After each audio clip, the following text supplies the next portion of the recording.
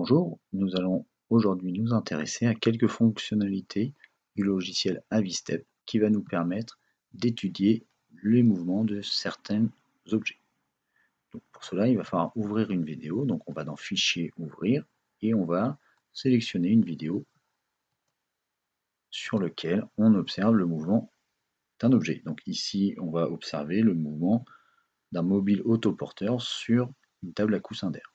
Donc en bas, vous avez plusieurs fonctionnalités qui vont vous permettre de visionner la vidéo, d'arrêter la vidéo à n'importe quel moment, de retourner à la première image, d'aller à la dernière image, ou bien de passer image par image. Cette fonctionnalité va être très intéressante au départ pour pouvoir étudier le mouvement. Donc en classe de terminale, on va étudier des mouvements très souvent sur des cas très simples.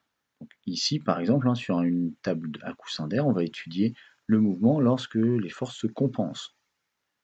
Donc la première image, on ne doit pas avoir la force qu'exerce la main sur le mobile autoporteur, c'est-à-dire qu'il ne doit pas y avoir contact entre la main et le mobile autoporteur.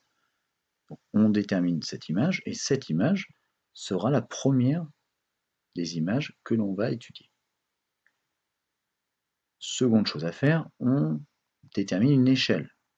C'est-à-dire que l'on va indiquer au logiciel la taille réelle d'un objet, qui va lui permettre, lui, de faire des rapports et ainsi déterminer des distances. Donc ici, par exemple, la hauteur du mobile autoporteur, donc 15 cm, donc 0,15 mètres. Donc troisième chose à faire, indiquer l'origine du repère, c'est-à-dire la position 0, 0. Cette position est très importante, elle va permettre au logiciel de pouvoir indiquer les différentes positions du mobile au cours du temps. Nous sommes prêts donc à maintenant indiquer les différentes positions du mobile au cours du temps. Donc, nous allons sur poser des marques sur la trajectoire et on repère toujours la même position du mobile. C'est très important, il faut choisir un point. Donc là, moi je choisis en bas à gauche de l'étiquette et je vais réaliser le pointage de cette marque. Donc il ne faut surtout pas sélectionner différents points du mobile. On se réfère toujours au point. Je vous rappelle qu'en terminale, tous les objets considérés vont être ponctuels. Donc je vais m'arrêter ici pour éviter que la vidéo soit trop longue. Une fois que l'on a fait le pointage, on va pouvoir analyser ce pointage. Donc plusieurs possibilités. Donc toutes les possibilités pour analyser se trouvent à droite. Donc nous avons en premier un tableau de valeurs. Le tableau de valeurs, que voici, va nous sortir plein de données. Donc il va falloir faire attention à choisir, à sélectionner les données correctes. Donc j'ai le temps, donc, qui va être une donnée indispensable. Ici j'ai la position selon l'axe des abscisses. Ici Y selon l'axe des ordonnées. Y, dans le cas que je viens de vous montrer, il ne sert absolument à rien. Il n'y a pas de mouvement du mobile selon l'axe des Y. Donc je peux le retirer. De la même façon, je garde Vx, je retire Vy. V, je le retire aussi. Pourquoi? Parce que V, comme nous l'avons déjà vu, V est égal à racine carrée de Vx carré plus Vy carré. Donc il tient compte à la fois de Vx et de Vy. Comme Vy, on n'en tient pas compte, parce que ce sont les valeurs de Vy qui sont dues aux erreurs de pointage, on n'en tient pas compte non plus. On garde AX, AY et A sont supprimés pour la même raison que V, Y et V, et les trois dernières grandeurs, qui sont des grandeurs angulaires, on les retire. Donc, ici, nous avons différentes données qui seront exploitables pour la suite. On observe que la vitesse est presque constante et que l'accélération est presque nulle. En fonction du sujet, vous pourrez être amené à ne garder que t et x. Et on vous demandera d'aller sous Excel calculer v et a. Pour cela, il faudra aller dans Édition, copier-coller et ouvrir un des deux logiciels, Excel ou OpenOffice. Vous aurez sous Excel la valeur de t et la valeur de x. Il vous suffira de taper la relation pour déterminer v, puis pour déterminer a. Autre possibilité d'analyse avec le logiciel AviStep, l'évolution des grandeurs au cours du temps. Donc, en abscisse, on regarde ce que vous avez, hein. On peut mettre la position de x au cours du temps, de la vitesse au cours du temps. On observe quoi, hein? On observe une valeur de vitesse presque constante. Donc on a graphiquement, hein, une droite. On peut observer la valeur de l'accélération.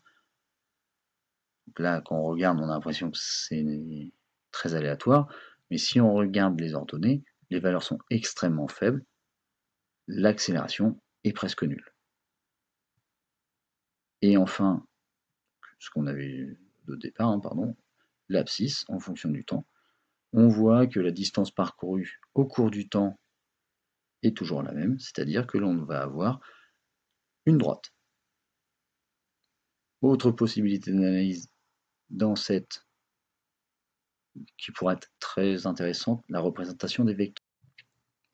Donc il faudra toujours garder en tête, hein, que des vecteurs sont des représentations, donc c'est-à-dire qu'il va falloir faire intervenir une échelle. Donc en fonction de l'échelle, on n'observera pas, hein, forcément la même chose. Il faudra toujours bien garder en tête que ce qu'il y a d'important sur les vecteurs, sur le vecteur vitesse dans un premier lieu, c'est la direction du vecteur vitesse. Donc là, nous voyons bien que tous les vecteurs ont presque même direction. Donc c'est bien sûr dû aux erreurs de pointage que j'ai réalisées, et qu'ils ont ici même valeur. Ils ont pratiquement tous la même distance. Ce sera les caractéristiques du vecteur vitesse. Pour le vecteur accélération, donc là le vecteur vitesse, hein, est constant. Pour le vecteur accélération, là c'est très aléatoire. Ce qu'il faut bien avoir en tête, hein, c'est toujours une représentation d'une échelle. Donc ici, on va agrandir l'échelle et on va se rendre compte de quelque chose, c'est que en fait le vecteur accélération, là il est très très faible, voire nul. Pourquoi? Parce que en réalité l'accélération est nulle. Pourquoi on voit des vecteurs vitesse à certains moments? Parce qu'il y a les erreurs de pointage. Pour revenir à la vidéo, il nous suffit de sélectionner retour à la vidéo. Quelques fonctionnalités autres qui peuvent être intéressantes. Donc nous pouvons retirer des points. Donc en cliquant droit, on retire les marques. Donc si on se trompe, c'est très pratique, hein. Je retire en cliquant droit les marques erronées et je peux redessiner tout de suite. Je peux ici effacer des marques directement. Je retire et automatiquement le logiciel décale les différents numéros. Je peux enfin, ici dans mesure, soit inverser les axes, au X ou au Y, si le mouvement ne va pas de la gauche vers la droite, ou voilà, en fonction de ce que l'on veut. Et enfin, je peux changer le temps entre deux images. Et une autre fonctionnalité très intéressante, je peux définir le nombre de marques par image. Donc pour un système comme aujourd'hui simple, une marque par image est suffisante, mais par exemple dans très peu de temps, nous allons étudier un système double, donc il faudra bien sûr prendre 2 marques par image. Dernière fonctionnalité intéressante pour le logiciel AviStep en vue des ECE, le pointeur automatique. Donc le pointeur automatique, hein, s'utilisera uniquement lorsque on a une vidéo qui a un mouvement qui se répète ou un mouvement très très long, c'est-à-dire le marquage manuel est vraiment fastidieux, donc on va utiliser le pointage automatique. Pour utiliser le pointage automatique, on sélectionne pointage automatique.